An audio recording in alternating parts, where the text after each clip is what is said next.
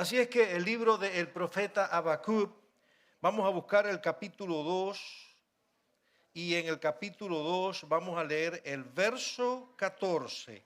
Verso 14. Y dice así la palabra del Señor: porque la tierra será llena del conocimiento de la gloria de Jehová, como las aguas cubren el mar. Porque la tierra será llena del conocimiento de la gloria de Jehová, como las aguas cubren el mar. Oremos. Padre, en esta mañana damos gracias por este tiempo, por cada hermano y amigo que está aquí presente. Te damos gracias por tu palabra, Señor, que siempre nos habla, te revela tus planes y tus propósitos para con nosotros, tu deseo, tus sueños. Y en esta hora, Dios, pedimos que esta palabra tuya pueda llegar a lo profundo de nuestro corazón. Que no sea una información más que recibimos y nos vamos quietos a nuestra casa, sino que tu palabra en esta hora, Señor, nos mueva nuestra voluntad, Señor, sea un reto para nosotros, nos convoque, nos inquiete, Señor, y que de una manera especial toque nuestro corazón. Ayúdame, Señor, en esta mañana a poder hablarla. Lo hacemos no confiando en nuestras habilidades, sino en la inspiración de tu Espíritu en mí. Y te pido, Dios del cielo, que en esta hora la iglesia pueda ser alimentada, edificada, convocada, retada, Señor, en este día, en el nombre de Jesús. Amén. Amén. Como ustedes saben, estamos hablando acerca de los sueños de Dios. El domingo pasado hablamos del primer sueño, dijimos que eran 3, y hoy queremos hablar del segundo sueño. Quiero discutir o descubrir, mejor dicho, cuál es el segundo sueño de Dios, ¿sí? En el cual se espera que los creyentes debamos involucrarnos. Si usted ama a Dios, qué mejor que haya en su corazón un deseo profundo de hacer realidad los sueños de Dios. Tenemos aquí este texto que se encuentra en un libro que escribió un profeta llamado Habacuc. Habacuc reinó en el tiempo final del reino del sur de Israel, justo antes de ser llevado cautivo este pueblo a Babilonia.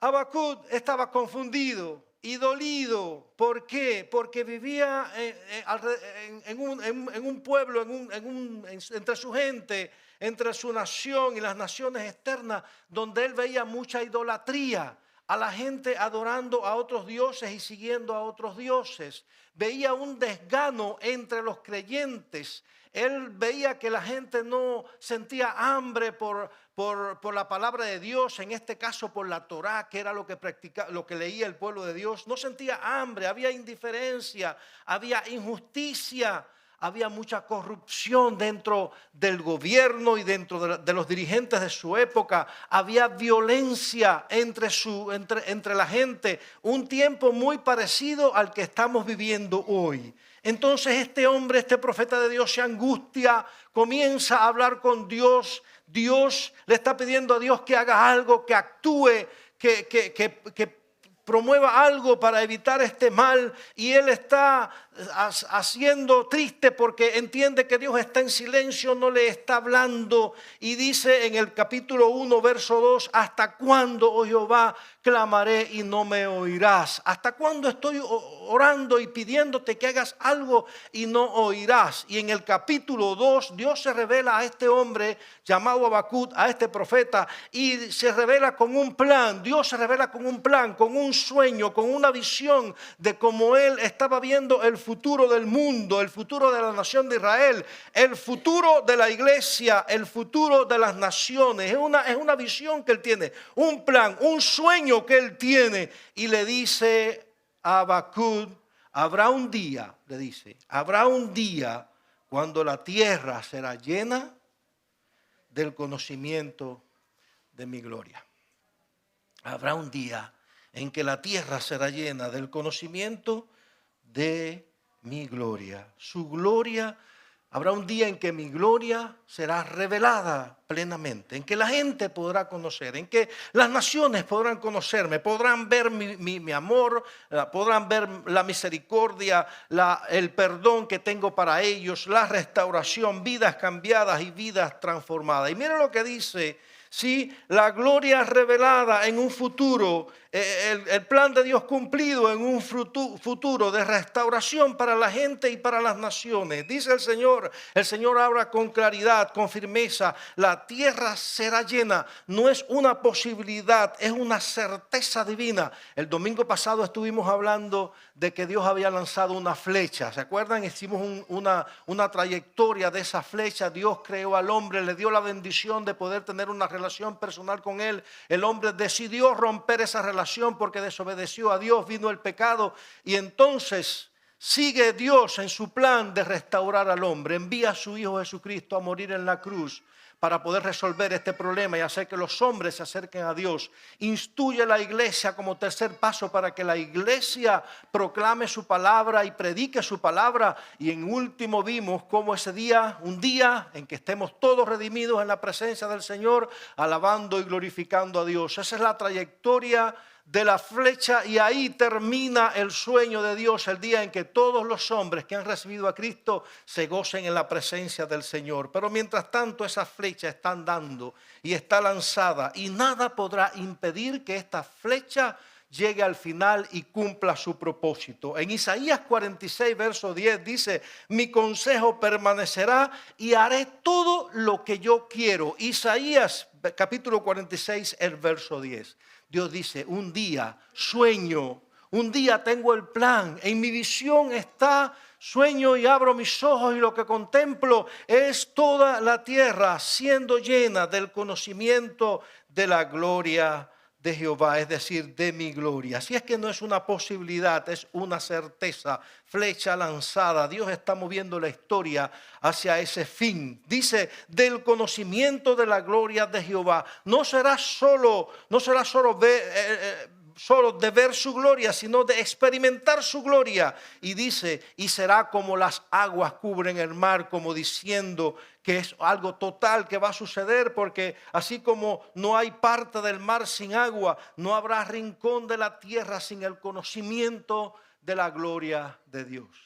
Esto nos recuerda cuando el Señor dijo, dio señales, porque el Señor regresa a este mundo, viene de nuevo a este mundo a recoger la cosecha que la iglesia haya sembrado. Y el Señor pidió, la gente pidió señales y el Señor le dio señales, dijo habrá hambre, pestilencia, rumores de guerra, padres contra hijos, rebeldía, y da una serie de señales, temblores de tierra como nunca antes había visto. Es decir, da una serie de señales para que estemos listos, para que estemos preparados. Pero el Señor dice, cuando estas cosas acontezcan, todavía no es el fin inmediatamente. El fin será inmediato cuando el evangelio sea predicado en cada rincón de la tierra.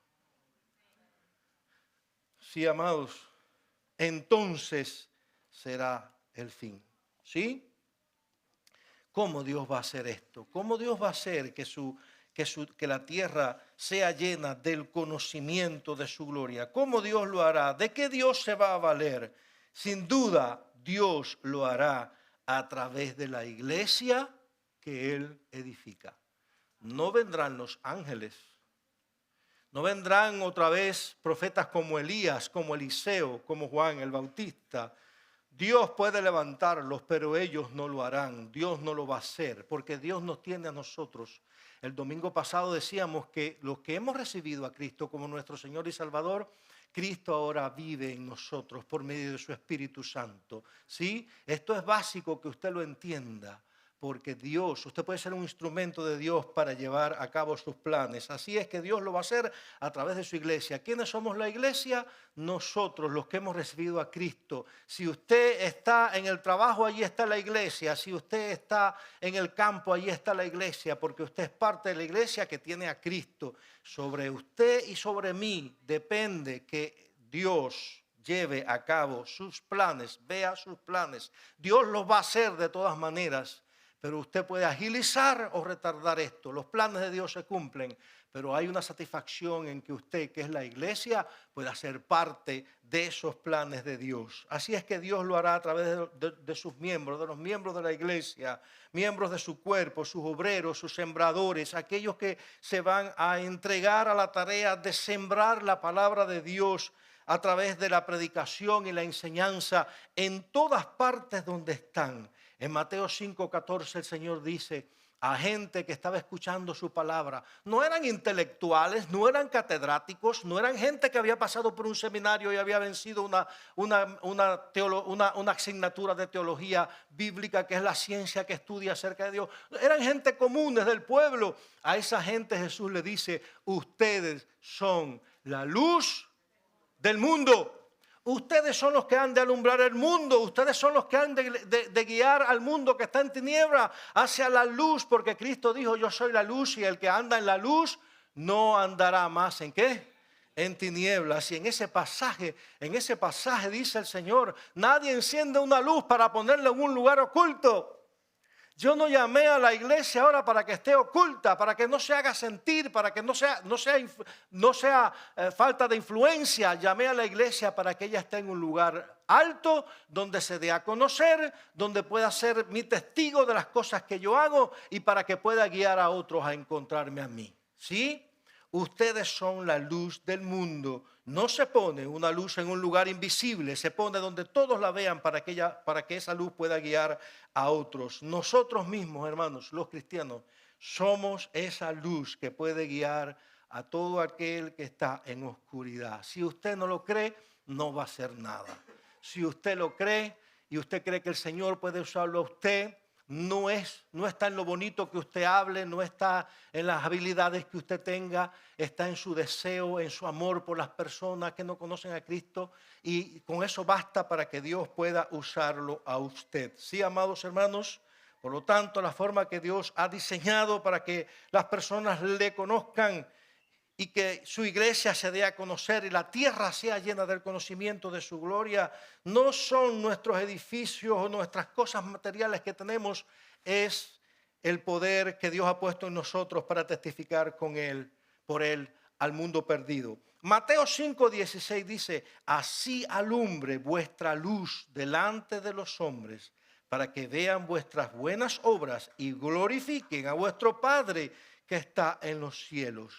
La iglesia que va a llenar el mundo del conocimiento, de la gloria de Dios, es esa iglesia que se muestra a través de sus acciones, de sus buenas obras, de su testimonio, de su ejemplo para el mundo que le está viendo vivir. Necesitamos ir a ese lugar, al terreno. El domingo pasado hablábamos de ese sembrador que está sembrando la semilla, que se levanta de día y de noche. Dijimos que eso era constancia, ¿sí? Entonces Dios necesita que la iglesia vuelva al terreno, coloque a sus miembros en la iglesia, en el campo de misión, donde está la tierra, donde están las personas, donde la semilla puede ser sembrada. Y Dios en Lucas capítulo 10 nos da una estrategia bien interesante y quiero compartir con ustedes en esta mañana, porque Dios no nos da a cosas por hacer y nos deja a nosotros a nuestra libre elección. Dios nos llama y aun cuando nos llama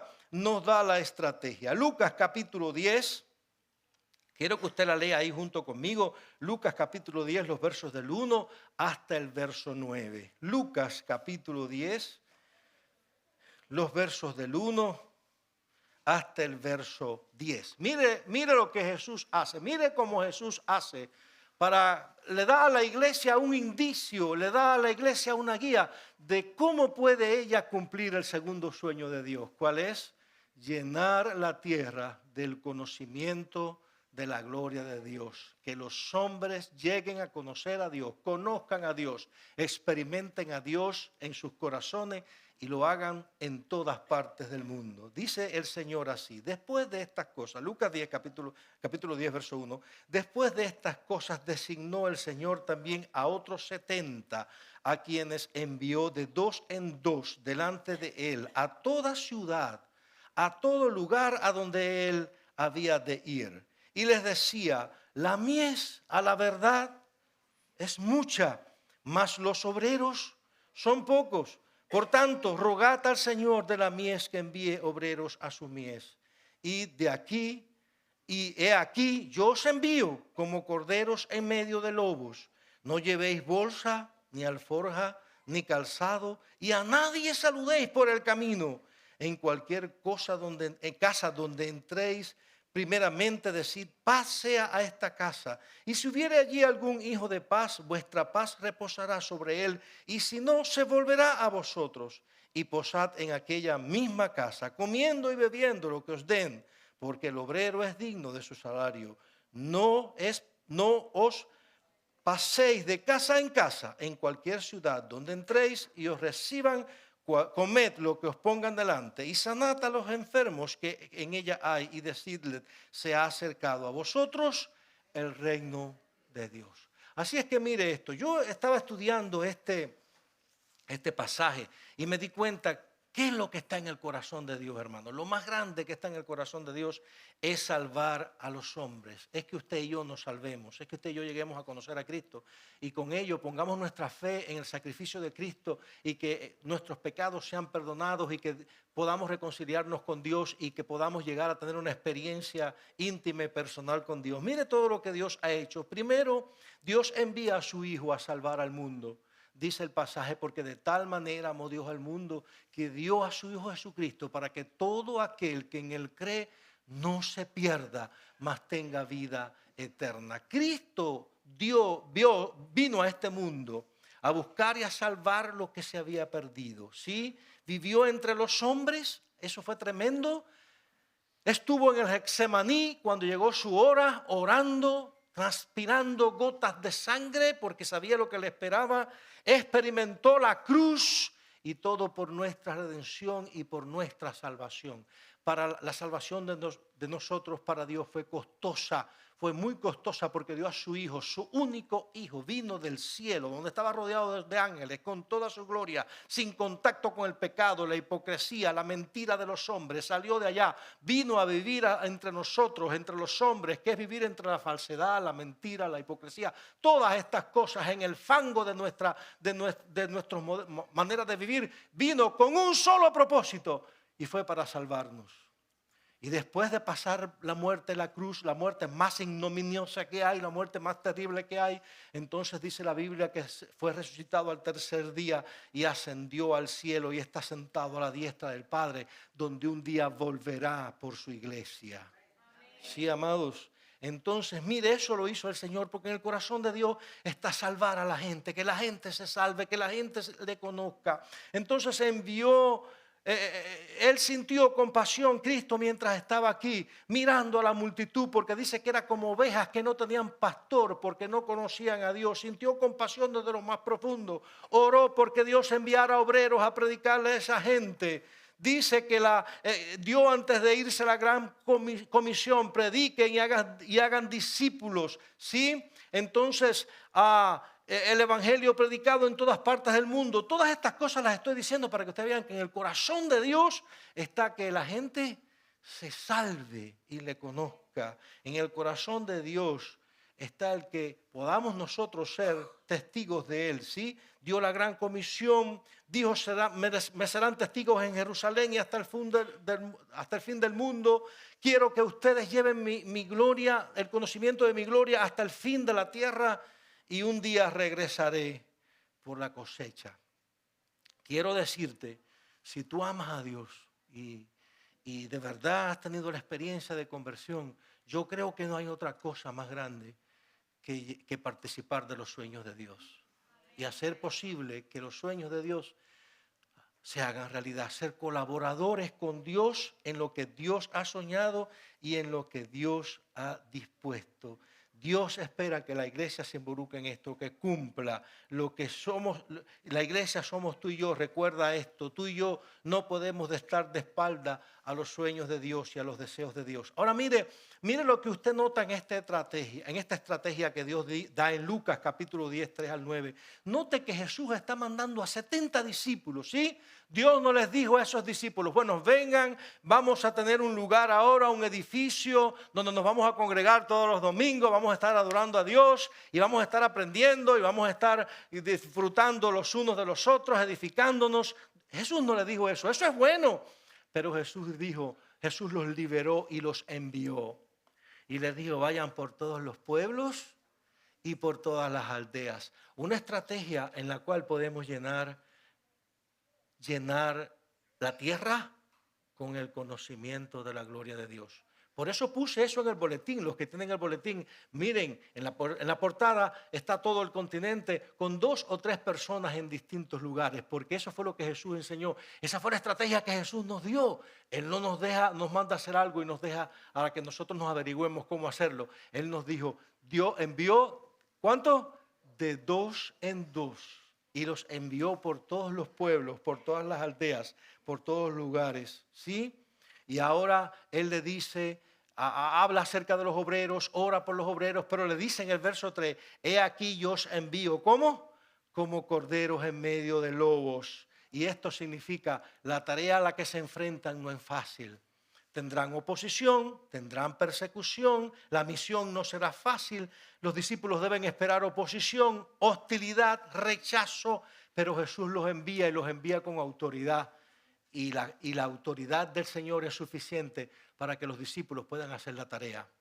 ¿Sí? Así es que el Señor está diciendo esto, vayan, y estoy consciente que yo os envío como corderos en medio de lobos, ¿sí? Pero vayan y compartan el evangelio, ¿sí? En un ambiente que yo sé que es difícil, hostil, secular, pero háganlo con mansedumbre y con valentía y seguros de que yo voy a prosperar la tarea en sus manos. Mira el verso 4, no lleven bolsa, ni alforja, ni calzado, y a nadie saluden por el camino. Qué fuerte esto, qué mal educado esos discípulos. ¿Qué significa esto? Jesús los llama a una fe genuina y a la urgencia. No pierdan tiempo. Y aquí me quiero detener. ¿Estamos perdiendo tiempo? Esta tarea es urgente, hermanos. Urgente. El tiempo se acaba. Hay un himno que cantábamos antes que decía, pronto la noche viene, es tiempo ¿de qué? De trabajar. Hermano, déjeme decirle, el tiempo se acorta. Los cristianos sabemos que el tiempo se acorta, ¿sí? Y sabemos que Satanás es el enemigo de las almas, anda como león rugiente buscando a quien devorar y anda confundiendo y levantando doctrinas erradas dentro de la iglesia y engañando a la gente y haciendo que el mundano sea más mundano y que el perdido sea más perdido y que el inmoral sea más inmoral. ¿Por qué? Porque él sabe que le queda poco tiempo. Iglesia, no perdamos tiempo. Jesús dice, si alguien te saluda por el camino, no te detengas ni devuelvas el saludo, porque en aquella época era un ritual el saludo. No hay tiempo para saludar. Dice, no lleves zapatos, no lleves alforja donde se echaba muchas veces el dinero, porque la situación es urgente y la situación depende de la fe, no de lo que tú tengas en tu bolso. Yo te voy a sustentar, dice el Señor. Ve, es urgente la tarea, no pierdas tiempo. Dice el verso 5 y 6, cuando llegues a un lugar, di, paz sea a esta casa. Paz sea a esta casa. En otras palabras, predica el evangelio de la paz, porque es el evangelio de nuevas noticias. Predica en esa casa el evangelio de la paz. Di shalom, que es una bendición espiritual que refleja el carácter del reino de Dios. ¿Y cuál es el carácter del reino de Dios? Reconciliación, perdón, salvación, bienestar. Ese es el mensaje que tienes que predicar. No gastes tu tiempo en predicar si es Trump o Biden. No gastes tu tiempo si las cosas están más caras en Walmart que en Publix. Predica, porque el mensaje que tienes que transmitir es urgente. El tiempo se acaba. Cuando llegues, céntrate en la misión, en el mensaje. Predica el evangelio que trae paz a la gente. Si en esa casa, si en ese lugar, si en esa ciudad encuentras un hombre de paz, ¿quién es un hombre de paz? Aquel que está dispuesto a recibir la palabra. Aquel que tiene un corazón abierto para que tú siembres esa palabra, para que tú siembres ese mensaje. Cuando tú llegues a un lugar, a cierta ciudad, a cierto lugar, y tú prediques el evangelio, no siempre vas a encontrar un hombre de paz. Puede que sea difícil encontrar un hombre de paz, pero cuando encuentres un hombre de paz, bendito sea Dios, porque has encontrado una cabeza de playa, has encontrado un lugar donde donde el evangelio puede entrar en esa ciudad. Por eso los versos 7, 8 y 9 dice, posa en aquella casa, no te vayas de esa casa, establécete en esa casa. Lo que te den de comer, come. La cama que te den para dormir, duerme. Pero no te vayas, establécete en este lugar porque tienes una misión. Encontraste una vida receptiva y en esa vida receptiva que te ha dejado entrar en tu casa, puedes plantar una nueva iglesia. Y si tú plantas una nueva iglesia aquí, plantas otra nueva iglesia acá y plantas otra iglesia acá, entonces el sueño de Dios se hace realidad de llenar toda la tierra del conocimiento de su gloria. Porque donde quiera que haya una iglesia, ahí se va a estar dando a conocer la gloria de Dios. Qué estrategia, ¿verdad? Interesante, amados hermanos. Interesante. Quédate allí. Enquístate allí entre la gente. Conoce a la gente. Y déjeme decirle que desde los tiempos primeros del cristianismo, Dios ha usado esta estrategia y la sigue usando y la puede usar con hermanos de aquí de la iglesia Vida en Jesús y la puede usar con hermanos decididos a irse a otro lugar para predicar y para plantar una iglesia. Desde los tiempos principales, ¿sí? Dios usó la persecución al principio en los tiempos de la vida cristiana para que los cristianos salieran y esparcieran el evangelio. Estaban muy cómodos en Jerusalén y discutiendo la mayor parte del tiempo si era judaísmo o cristianismo, hasta que Dios trajo sobre ellos una persecución feroz y tuvieron que salir de Jerusalén, pero salieron de Jerusalén con un mensaje extraordinario que dar: la vida que Dios da a los que creen en Cristo. Y llenaron el evangelio y dentro del mundo. Y dentro de esas historias podemos ver la historia de Pablo llegando a Filipos. ¿Sí? Pablo va caminando por una playa y en esa playa, ¿qué encuentra? Un grupo de mujeres que estaban orando y les predica el evangelio, se acerca a ellos y estas mujeres abrieron su corazón a Cristo. Y dentro de esas mujeres había una mujer que era empresaria, se llamaba Lidia, como una hermana de aquí, de la iglesia, ¿sí? Y esa hermana lo invitó a ir a su casa, lo invitó a pasar a su casa. Y de allí, de esas pequeñas mujeres, surgió una iglesia poderosa en Filipos. Pablo llega a Éfeso, donde no había prácticamente creyentes, y los que creían en Dios eran judaizantes. Encontró oposición. ¿No dijo Cristo: yo los envío a la boca de los lobos y de los leones en medio de lobos? Pablo llegó a Éfeso y estaba allí predicando el evangelio y hubo oposición, lo apedrearon, lo dejaron por muerto, pero allí encontró hombres de paz, dispuestos a abrir su corazón a Cristo. Y de allí surgió la iglesia hermosa, poderosa de Éfeso. ¿Cuántas cosas Dios ha hecho con gente que se ha mudado? Hay 3 posibilidades de la gente que se muda, ¿sí?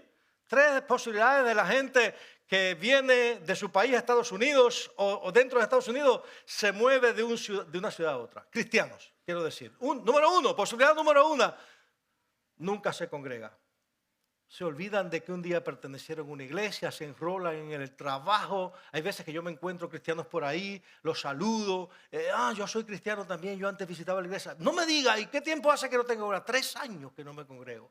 Existe la posibilidad número 1, ese cristiano se movió, se desconectó de la iglesia, no buscó una iglesia y no se congrega. Posibilidad número 2. Que ese cristiano se mude e inmediatamente su deseo de seguir al Señor y de cumplir el mandato de congregarnos, busque inmediatamente una iglesia donde se congrega. Y crece en esa iglesia y sirve al Señor en esa iglesia. ¿Y sabe cuál es la posibilidad número 3? Hay veces que nos mudamos porque tenemos necesidad de mudarnos. Pero hay veces que nos mudamos intencionalmente. ¿Sabía usted que hay cristianos que se han mudado, viven cómodos en una ciudad, allí tienen establecido su trabajo, allí tienen establecido tal vez sus hijos, sus nietos, pero hay cristianos que se mueven de esa ciudad a otro pueblo porque sienten el llamado de Dios a buscar un hombre de paz en esa ciudad, en ese pueblo, en esa aldea? conozco muchos casos de cristianos que se han movido, algunos por necesidad, y aún estando allí por necesidad, abren sus casas con el propósito de que una iglesia sea plantada allí. Pero hay otros que se mueven con el firme propósito de dar su casa, porque en ese lugar hay una necesidad del evangelio y Dios necesita una cabeza de playa, un lugar donde penetrar esa ciudad, encontrar hombres de paz, y allí comienza una nueva iglesia. Y repito, si hay una nueva iglesia aquí y hay otra iglesia nueva allá, Dios va a llenar así la tierra del conocimiento de su gloria. Sí, amados, en la vida secular, tal vez usted está diciendo, eso no es para mí, estoy muy cómodo en Naples, me ha costado mucho trabajo levantarme en Naples. Y yo no quiero que usted se vaya de aquí de Naples, ¿sí? Yo, humanamente hablando, hay gente que se me está yendo para Lehigh, voy a cerrar la vía norte de la 75. Pero Dios conoce los planes y Dios sabe los planes, ¿sí? Pero esa es la estrategia que Dios estableció, hermanos. Plantar iglesias en distintos lugares donde haya cristianos que se dejen usar por Cristo, que sientan el llamado, que están conscientes de que Cristo vive en ellos y si Cristo está en ellos no necesitan nada más. Y allí abren su casa, abren su hogar, abren el lugar donde están para que la palabra de Dios sea predicada o para encontrar hombres de paz, donde puedan establecerse y fundar nuevas iglesias. Cuando yo estaba estudiando esto, siempre mi mente está pensando y recordando y encontraba hombres que abrieron sus casas. Déjeme decirle, estuve en Maicí, en la punta de Maicí, el lugar más necesitado y más pobre de Cuba. Yo no sé si habrá otro más necesitado que ese. Está a poca distancia. Desde ahí se ven las luces de Haití, parece que se contagiaron, porque está ahí cerquitica de Haití. Algunas veces llegan muchos barcos llenos de haitianos y cuando dicen ¡Cuba!, cogen esos barcos y se montan otra vez, van para atrás corriendo. Sí, pero ahí hay mucha pobreza en ese lugar, mucha pobreza en ese lugar. Pero déjenme decirle, cuando yo llegué allí a ese lugar, había alrededor de 10 o 11 congregaciones cristianas. Fui pastor, tuve el privilegio de ser pastor de la iglesia más grande de ese lugar. Me sorprendí porque ahora hablé con una persona que era de allí, de ese lugar, y me dijo que había más de 20 iglesias en la zona, de todas pentecostales, metodistas, bautistas. Y yo me pregunto, ¿cómo en un lugar tan pobre, tan difícil, escabroso, de montañas, de ríos, puede haber tantas iglesias en ese pedazo? Porque hay muchos hombres de paz que estuvieron dispuestos a abrir sus casas. De hecho, la casa nuestra, donde estaba esa iglesia mayor, era en la parte de atrás de una casa, en un cobertizo que fabricaron para eso. ¿Sí? Conocí a Disney en otra iglesia nueva que comenzaba en un pueblecito que se llamaba Pueblo Nuevo. Y allí Disney abrió una parte de su casa para que allí se predicara el evangelio. Y allí hoy hay una iglesia. Y puedo seguir poniendo muchos ejemplos. ¿Sí? Porque es una estrategia de Dios. La estrategia de Dios es donde quiera que haya un cristiano, ya sea que se mude con la intención o no, en un lugar, allí se establezca su reino. Y con esto se llene la tierra del conocimiento de la gloria de Dios. No me gusta ponerme de ejemplo. Dios sabe que no. Doy toda la gloria para Dios. Cuando llegamos aquí, venimos con la intención de seguir siendo pastores aquí. Nos pasamos 1 año y medio, ¿sí? Sin una iglesia. Y el enemigo de nuestras almas, que ustedes lo conocen, no necesitamos mencionar su nombre, me dio un trabajo excelente en Miami. Excelente. Ganando casi $1,000 todos los viernes. Hace 20 años, eso era dinero. ¿Sí? Con una tarjeta para echar gasolina en mi automóvil. Trabajando de lunes a viernes. Pidiendo a la puerta de una oficina, porque fue en una oficina. Pidiendo a la puerta de mi oficina lo que yo quisiera comer en un restaurante, desayuno y almuerzo. Lo que yo quisiera del restaurante, sin pagar un centavo. Pero Alguien nos avisó que un pastor aquí en Naples, americano, quería trabajar con un pastor hispano. Y vinimos hasta acá. Cuando llegamos aquí no había hispanos prácticamente, pero Dios sabía que esto se iba a llenar de hispanos. Y quería plantar iglesias aquí. Y la estrategia funcionó, gracias a Dios, para la gloria de Dios. Porque miren lo que está pasando aquí hoy. ¿Sí? Una iglesia plantada con la posibilidad de ya tener una hija pronto. ¿Sí? Pero no se lo echen todo al pastor, no se lo echen todo al pastor. ¿Sí? Ayúdenle al pastor a hacer el parto, ayuden al pastor a hacer el parto. Esa es la estrategia que Dios usa, hermanos. ¿Quién va a hacer esto? No van a venir los ángeles, no van a venir los profetas de antaño. Dios va a usar a la iglesia.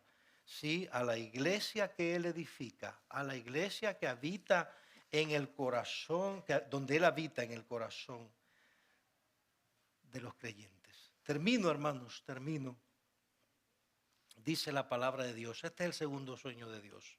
La tierra será llena de mi conocimiento. La gente podrá experimentar mi gloria, ¿sí? Y será como las aguas que cubren el mar. Cada vez que tú predicas el evangelio, estás ayudando a hacer realidad este sueño de Dios. Estás siendo colaborador con Dios. Estás ayudando a construir este sueño. Estás ayudando a que Dios vea lo que Él vio hace muchos años.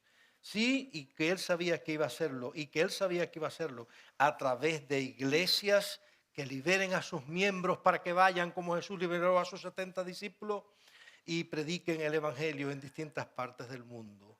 Recuerda bien esto, cómo Dios lo va a hacer, cómo Dios cumplirá su sueño de llenar la tierra del conocimiento de su gloria como las aguas que cubren el mar, a través de su iglesia, que somos tú y yo.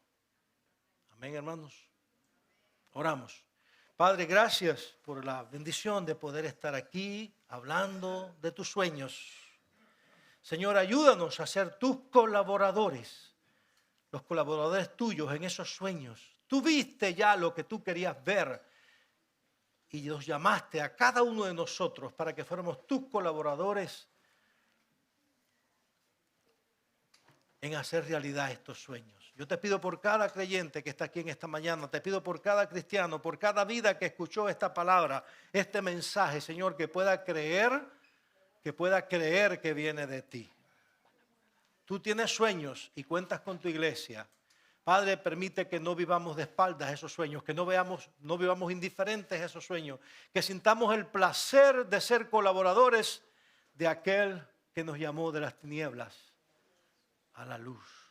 Pon disposición en nosotros, enciende un fuego en nosotros, enciende, Señor, ese deseo ardiente de poder predicar tu palabra, Señor, de poder tener una persona a quien podamos ganar para ti este año o el año próximo. Ayúdanos, despierta tu iglesia porque la tarea es urgente, porque el tiempo se acaba. Ayúdanos a enfocarnos, Dios, y ayúdanos a sentir el gozo y el placer de poder traer una persona a tus pies. Gracias, Señor, en el nombre de Jesús. Amén.